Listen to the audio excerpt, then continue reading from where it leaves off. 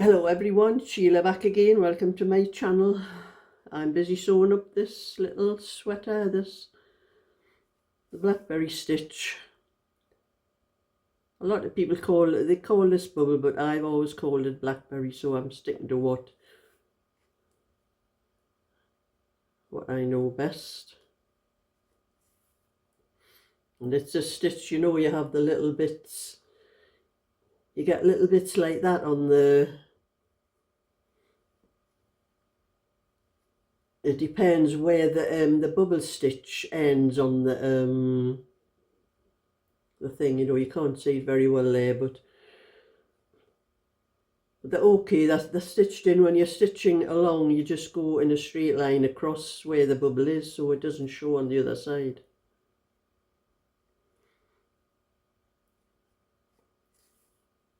But I've finished this and I'm busy sewing it up now. The only thing I don't like about this one,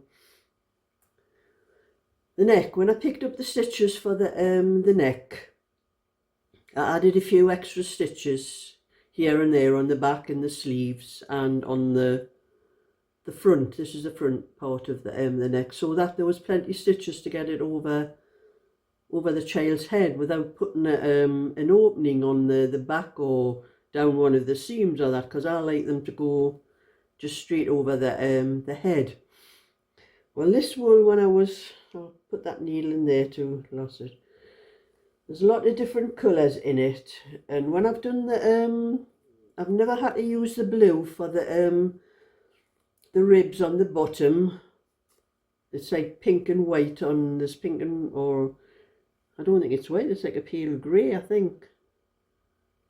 Well, there's pink and a lighter colour in the sleeves. There's a bit of green in the lighter colour, but I've never had to use the blue for any of the ribs, and that was all I had left when I had finished it, was a bit of the blue. But the blue, when I was knitting with it, seemed a little bit thicker than the rest, and that's what's happened with the neck. It's made the rib thicker and it doesn't pull in as tight as what this part did on the bottom, which I'm really annoyed about. But I had to use it because that was all I had left. There was a bit of blue. There was enough to do the neck. But I'll see what it's like when it's finished all together. I'm busy sewing up. I've done all the raglings on it, and I'm busy sewing the sides and the sleeve seams at the moment. But it's looking a little bit dark. I don't know, my app on my phone doesn't say rain. It's got rain for after 6 o'clock. But it's looking very much like it's going to rain, and I was going to walk over to the post office because I've sold a few things on Etsy. I think that to most of my subscribers probably. I know one lady, Amanda's bought some little sweaters and little cardigans, and I think she's one of my subscribers. So I was going to walk over the post office because I do need some fresh air to post them. As I did get the orders, I think it was on Saturday, but it was too late for to get to the post office, and it's 1 o'clock at the moment. But my post office, the post office site shuts for an hour, must be, so they can get their lunch and that, so they don't open again till 2 o'clock, so I'll be doing just a little bit sewing and then walking over about 1:45, probably by the time I finish this video. But I have a little story I'm going to tell you today. Another one of my little stories. This is not about when I was a child or anything like that. It was when I done the 10 questions, the knitty questions the other day. One of the questions was, who taught you how to knit? And I told everybody it was my father that taught me how to knit.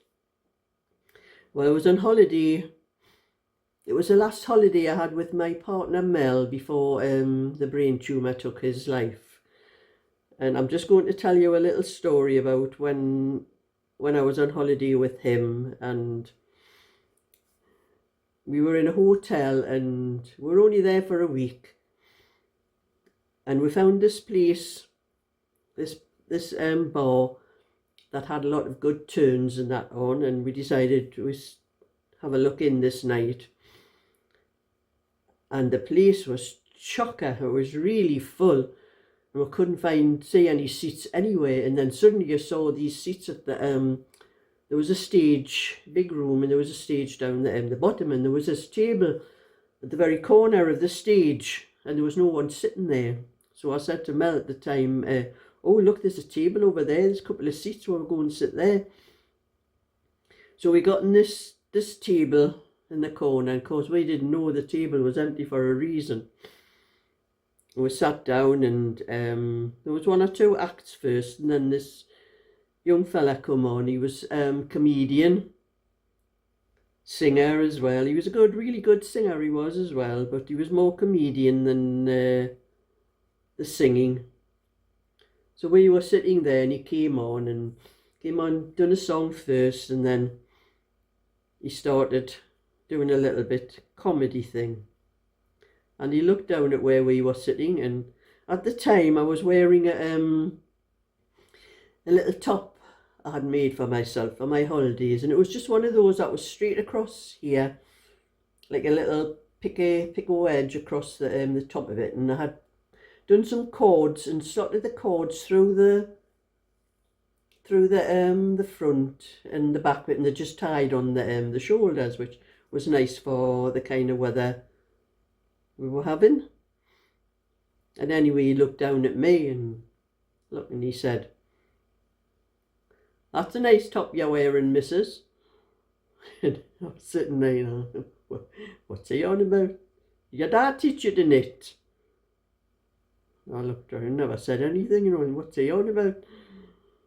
And he says, "It looks like your dad's taught you to knit, because he's never taught you how to make straps, you see, so you've got pieces of string tied through the thing to fasten it to keep it on." And I was sitting there, you know, everybody was looking at me, I didn't know where to look, and he picked on me the whole way through his act, and that was why that table was there in the corner. And if you'd never been in the pub before, you didn't realise that, but a lot of people I think knew, so they were always avoided that seat at the corner of the table.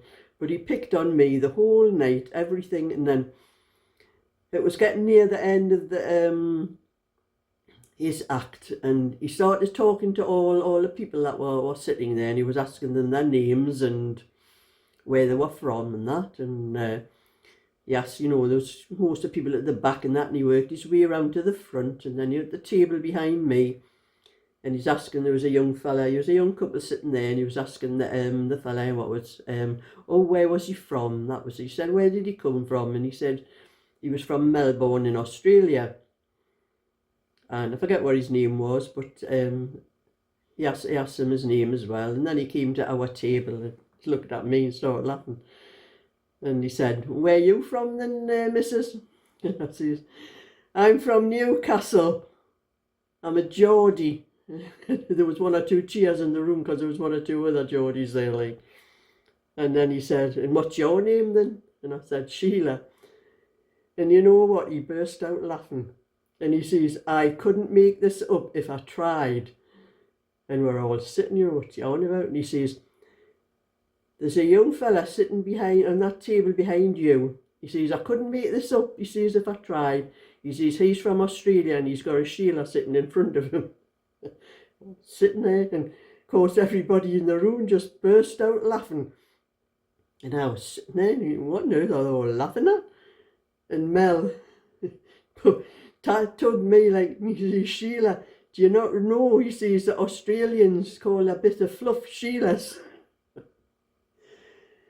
And that was what they were all laughing at in the thing, and that was the most embarrassing night of my life. But I went up afterwards when it was finished and we were all getting ready to go home, and that the place was emptying, and this young comedian was sitting with I think probably his girlfriend and that at a table and that, and I went up and had a little word with him. I spoke to him and I says, "I've just come up to thank you," I says, "for the most embarrassing night of my life." And he started laughing, and he says, I hope you weren't embarrassed about what I said about your top. Yeah, he says, it is lovely, like, and he says, I just made a joke, you know, a little joke about it. And I says, well, that joke was bloody true. I says, it was my dad that taught me how to knit. And he laughed, and we went back to the hotel anyway, and the next day when me and Mel came down, we went to get our breakfast, everybody in the room stood up and they says, good morning, Sheila. I think they had all been in that bar that night and had seen what had went on. We're talking to a woman at the next table, and she says, I was in there, she says, the first night I came here, and she says, and I went through the same thing you went through.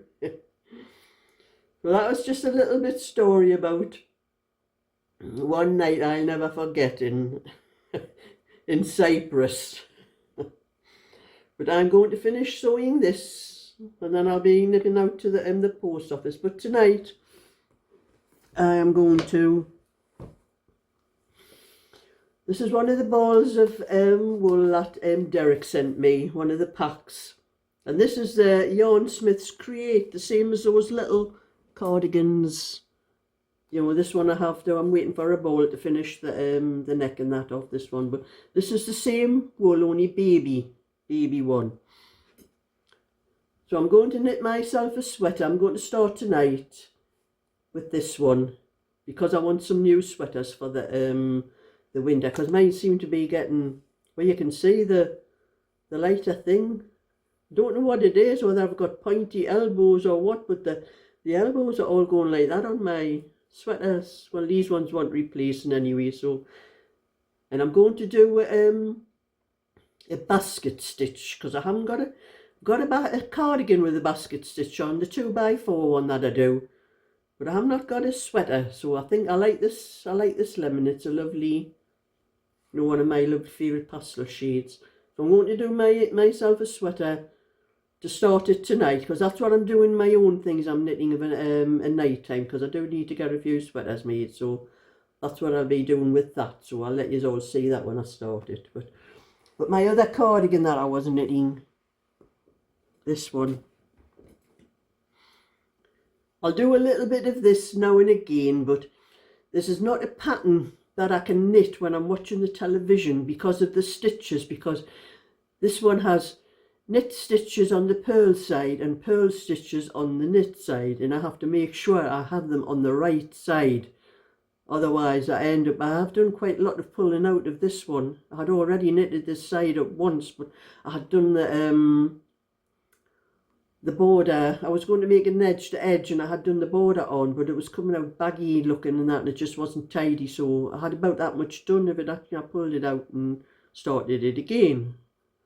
So I've sort of gone off this one, but I'll do a little bit now and again of it to try and get it finished. But I don't usually wear cardigans very much in the winter anyway. I'm usually wearing sweaters all the time, so it won't make any difference. But I do have other one or two things that I do need to finish. That little child's brown cardigan, I'm going to get that finished as well. But I'm busy sewing this up for now. But this is baby. This is James C. Brett's Baby Marble.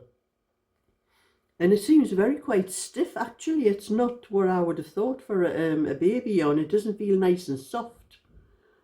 But it might be softened up when it's washed, I suppose. It's be better then. But it's not what I would use for a baby normally. I wouldn't call it baby wool. But anyway, that's my little bit for now, and I'll probably be tidying up my hair, put my hair up, and before I walk over the shop.